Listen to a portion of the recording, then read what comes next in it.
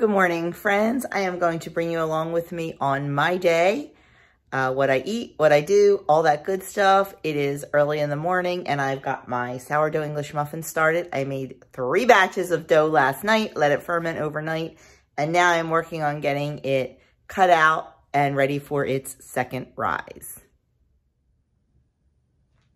I've got 1 tray already done, and this was a double batch of dough. Working on this, I still have a single batch in the oven. That's where I leave it to go overnight.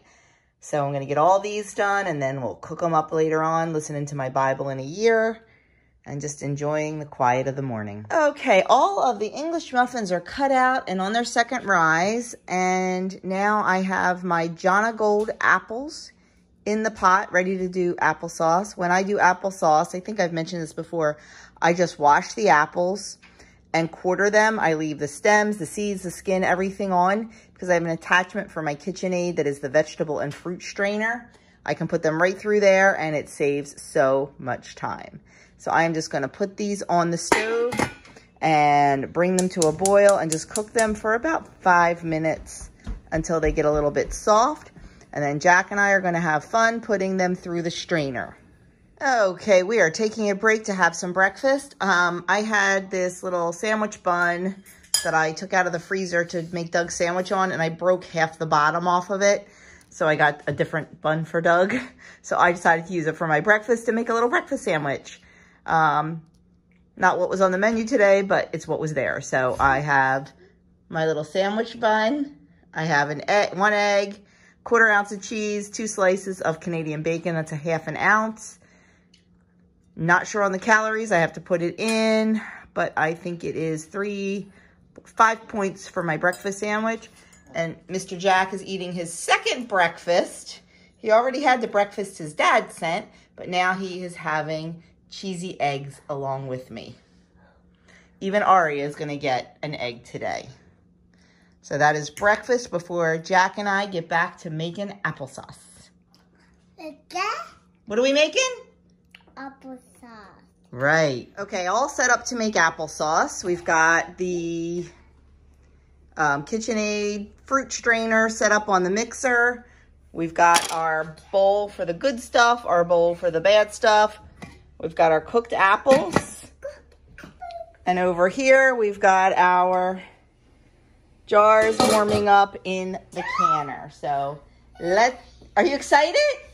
What are we making? Applesauce. Are you going to eat some? Yeah. Yes? Okay, let's get going. Applesauce. Oh, it did. What? Wait. Yummy, yummy.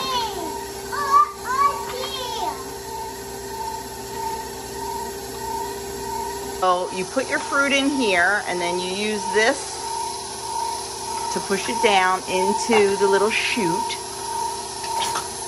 It goes through the strainer, and the good stuff comes out here, while the skin, the core, the seeds, and all that come out that end. Makes really short work of things because you don't have to peel, you don't have to core. It is fabulous. Okay, the applesauce is all done. There's really no need to stir it because there's nothing in it, but you know, in a toddler's world, everything needs to be stirred. So Jack is stirring it up before we put it back in the pot to bring it to a boil. Okay, time to fill our jars. You've seen me do this 100 times before. I'm just putting the hot applesauce into the hot jars. I am leaving a 1/2 inch of headspace. I could not find my debubbling tool, so I'm just using a wooden spoon. I'm going to wipe off the rims, put on my flat, put on my ring, and then get it into the canner to process for 20 minutes. I ended up getting 3 pints out of those apples, so they are in the canner. I will bring it up to a rolling boil and let it stay at a rolling boil and process for 20 minutes. So normally when I'm doing a huge batch of English muffins, I like to have all 3 skillets on the stove going at the same time. But because the canner is still going, I only am down to 2 skillets. So it'll just take a little bit longer in the beginning, but that's okay. If you're wondering where my bestest helper went, I lost him to Adam. Adam was more fun than doing this.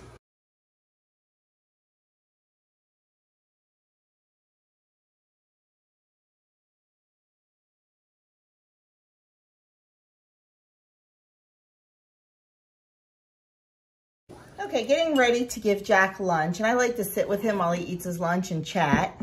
So I'm going to let my ice cream maker work for me while Jack and I are having a little sit down. So I'm gonna mix that up, get it in the ice cream maker, and go sit with him while it's moving.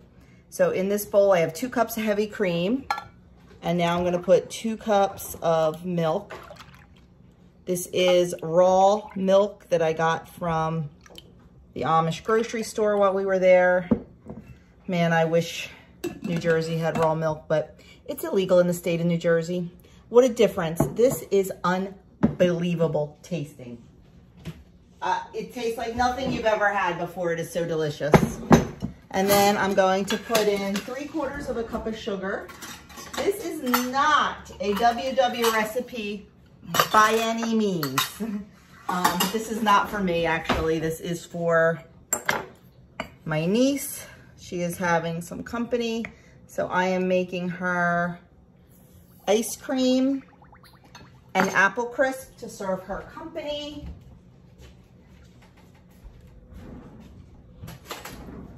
And now I'm going to do a tablespoon of pure vanilla extract. And maybe a little more for good measure because, you know, it's vanilla. And then I'm going to mix this up until the sugar is dissolved. Okay, got my ice cream maker all put together. I keep my cylinder in the deep freeze at all times, so it's always ready. I generally don't do this in this bowl. I generally do it in a bowl with a spout. I hope I don't make a mess. I'm just gonna pour it in.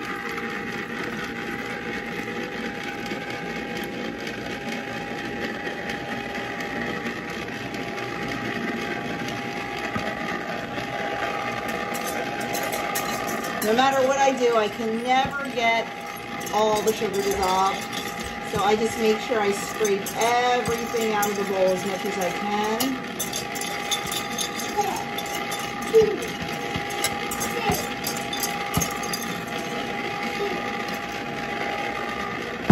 That's all there is to it. This will go for 22 minutes and we'll have ice cream. Now when it's done, I will put it in the deep freeze to get it harder, but you could actually eat it in those, after those 23 minutes. It's just very, very soft at that point. Okay, time to get started on the apples for the apple crisp. I'm making a very small one for me, Doug, and Adam, and I'm making one for my niece. I'm just peeling, coring, and slicing the apples. I have a whole tutorial on an apple crisp. I'll link it below and above. Yes, I am wearing gloves. If you don't know, I am allergic to apples. If I eat one, I will have an anaphylactic reaction. If I touch one, I'll have a dermatological reaction. And if you notice, I am saving all of the skins, the cores, and everything because we are going to use them. You know, I am a no-waste girl. We are going to be making some apple scrap vinegar later in the video.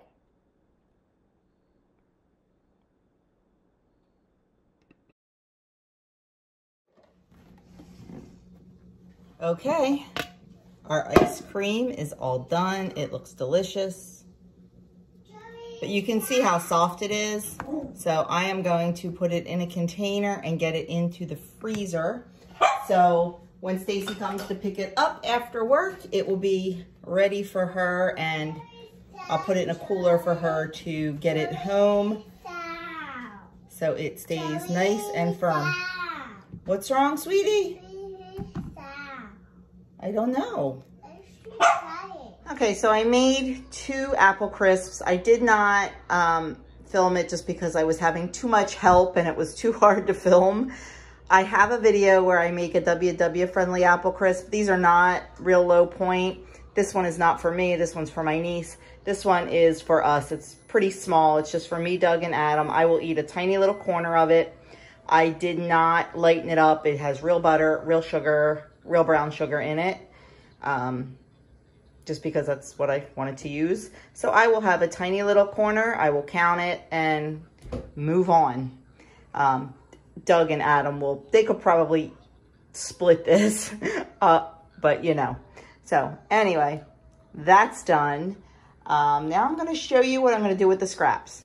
Okay, time to use those apple scraps to make some apple scrap vinegar. It's not technically apple cider vinegar because there's no cider in it, but pretty much the same thing.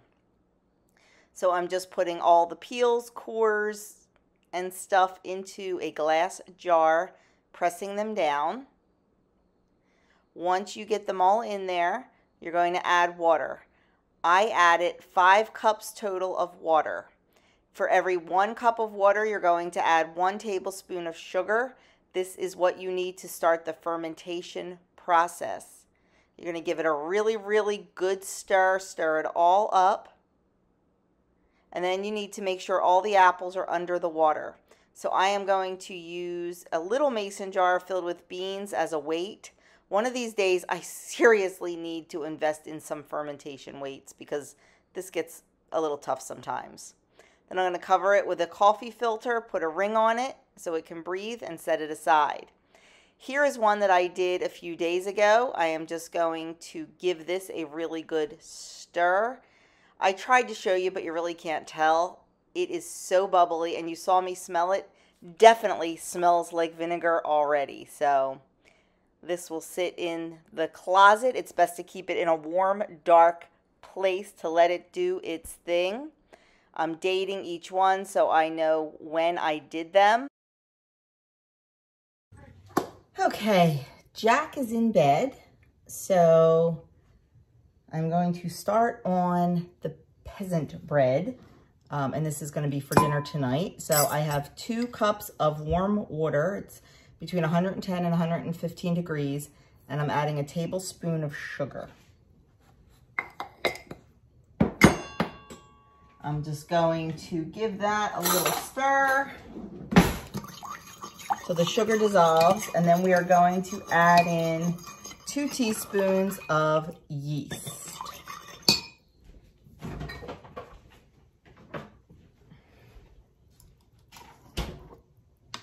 I generally add a little bit more than 2 teaspoons because, well, I do. The little packs that you buy are 2 1/4 teaspoons.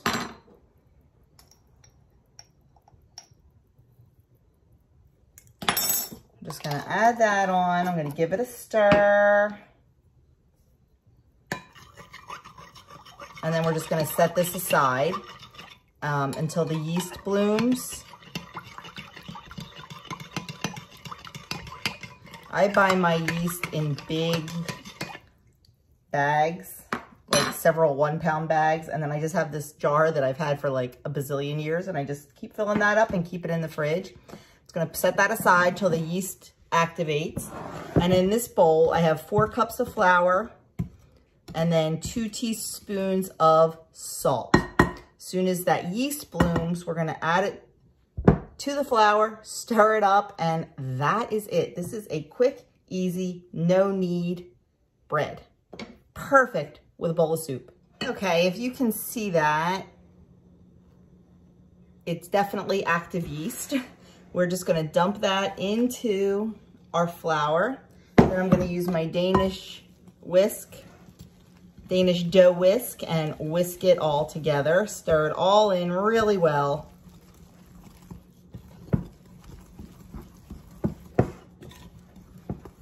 Nice and combined.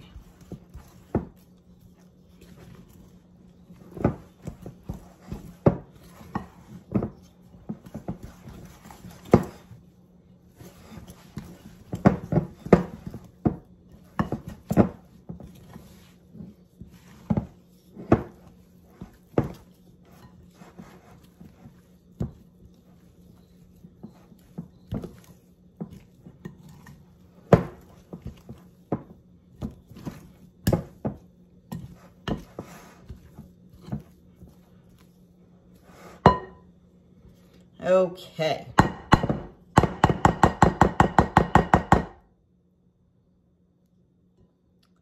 That is all nice and combined. Now I'm just going to take my rubber spatula and just give it a good scrape and kind of turn it over onto itself. Right into the center of the bowl.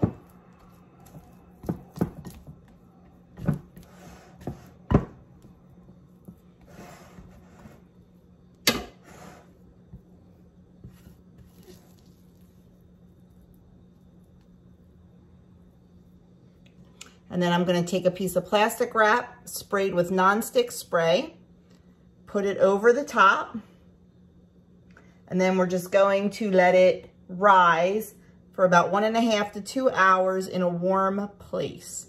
What I like to do, I like to just put it in the oven without the oven on and turn the light on. Or what I like to do, I like to turn my oven on to 200 degrees and let it heat up for just 1 minute. After 1 minute, I turn it off. It does not get to 200. It usually doesn't even leave 100, which is where it always starts. But it just creates a little bit of warmth. And then that way, that was my earbud if you saw that thing fly out of the air. Creates a little bit of warmth and helps with the rise. You just have to make sure you turn off the oven. Don't put it in an oven that's on. So I am going to get this rising and I'm going to get to work on our soup.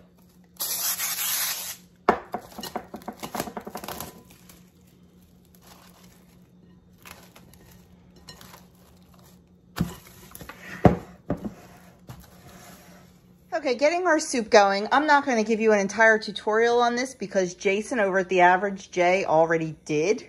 I am making either, you can call it Italian wedding soup or escarole soup. That is what we're having for dinner. So and I make mine a little bit different than Jason does. In my pot here, I've got chicken broth. It's my homemade bone broth with a little bit of water. I actually filled it up too much. I'm going to let it reduce a little bit. I also have in here 2 cups of chopped celery and a small onion chopped. And I have 2 boneless, skinless chicken breasts in here. I just threw those in raw. They'll cook. I'm going to put the lid on and I'm going to let this cook for about 20 minutes. While this is going, I have my escarole in the sink getting clean. After 20 minutes of this, we'll add the escarole in and let that cook for about 40 minutes. So I'll be back to show you what it looks like in the meantime.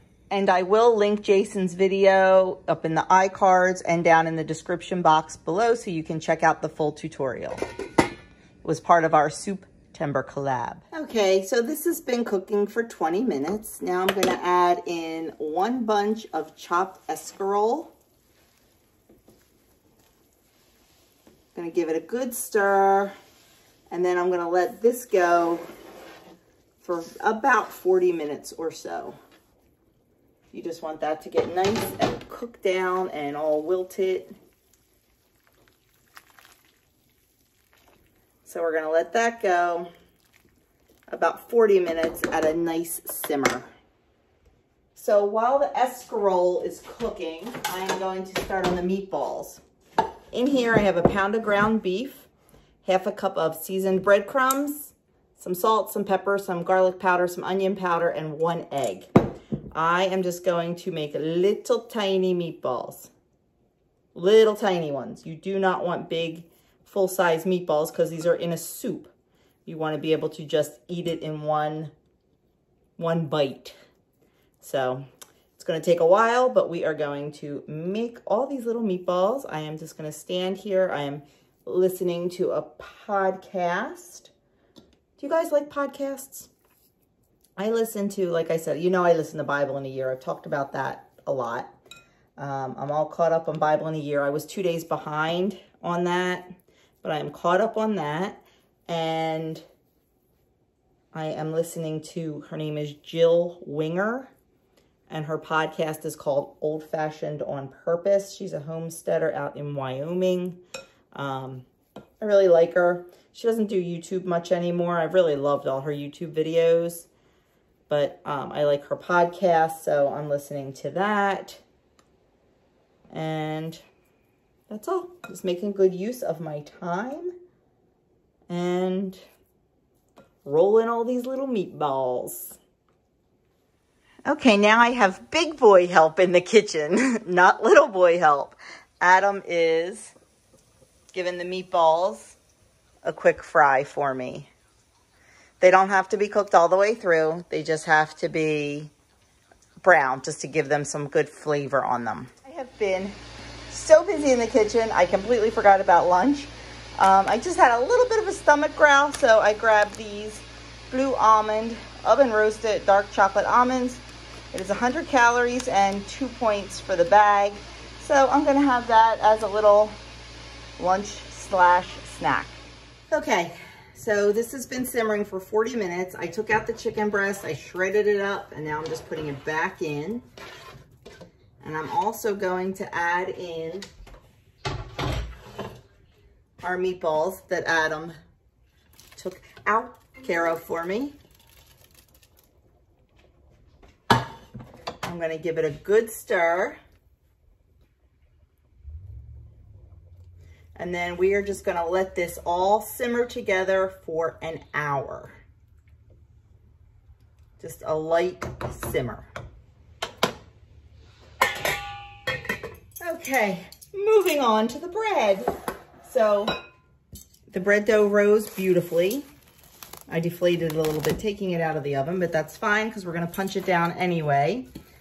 So how we're gonna do this is I'm gonna take 2 forks, go right down the middle. I do have a full tutorial on this bread. I can link it. I always say I can link it. Hopefully I remember. Now I have these 2 smallish bowls and I have them sprayed with nonstick spray. I'm just going to lift up that dough. Normally I use a bowl that's not quite so wide to let it rise for the first time in, but the bowl I use was being used for something else. So I think this is a little harder. I'm just gonna turn that over to try to get it a little bit smooth. And then do the same thing with this one. Plop this one right in.